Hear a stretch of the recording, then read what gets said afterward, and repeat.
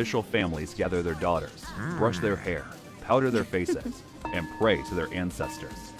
You are presented in a line of hundreds, every girl between 13 and 16, dressed in pale gauze, her name stitched to her sleeve. Officials inspect faces and bodies as if choosing jade for their emperor's crown.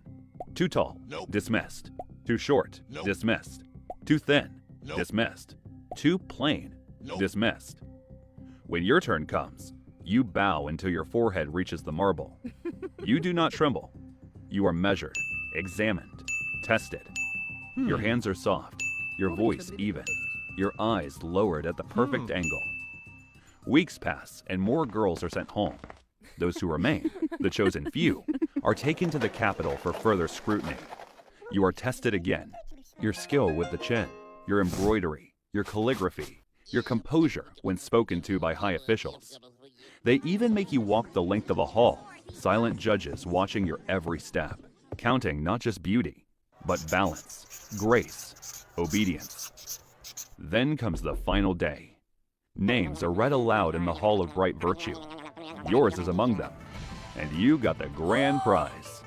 Congratulations, you have just been betrothed to the Crown Prince. Without your consent, obviously, but no one's complaining. Your mother weeps, her tears bright with pride and fear. Your father bows until his forehead strikes stone, blood blooming like a seal of royalty on the floor. You stand behind them, spine straight, the edges of your sleeves trembling like wings in the wind. You already know what no one dares to speak aloud. Your life is no longer your own.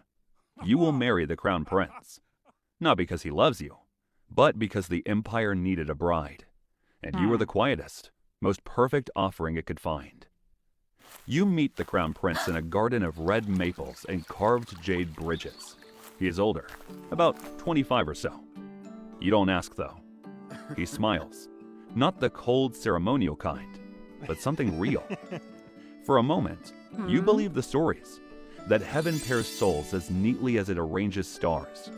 He speaks gently, asks if you like poetry, and you think, perhaps this won't be so terrible. You return home with your pulse trembling like silk in the wind. The wedding comes months later, a storm of gold and incense. The forbidden city swallows you whole, its corridors too vast, its silences too sharp. Your new robes weigh as much as armor. Every bow, every glance must be perfect. You smile until your cheeks ache, but your voice must always remain calm, measured, obedient. At first, the Crown Prince visits your chambers often. He laughs, asks for music, tells you of his lessons in governance. You play the zither for him, and he watches you the way a poet watches the moon. You almost believe you are loved. Well, for 5 years after the marriage, you believe so. Then comes tragedy, or fortune, depending on who's telling the story. The emperor joins his ancestors, and the Crown Prince ascends the throne, and the distance between you multiplies overnight. He becomes the son of heaven, and you, his shadow in gold. You sit above 10,000 women, yet cannot choose your own breakfast. Every step echoes with scrutiny. Every servant's glance feels like a report.